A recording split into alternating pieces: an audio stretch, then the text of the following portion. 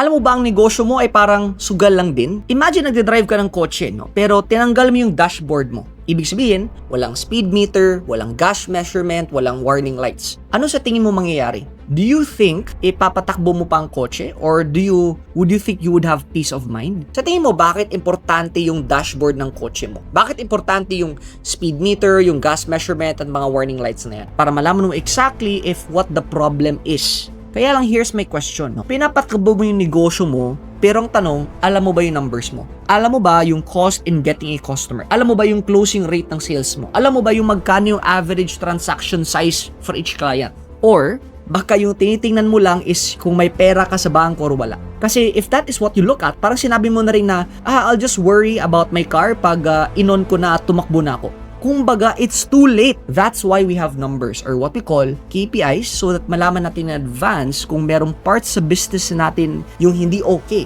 and we can fix that ASAP. Most probably that's the reason why bakit ilang taon ka na nagnenegosyo, ginagawa mo lahat pero stuck ka pa rin.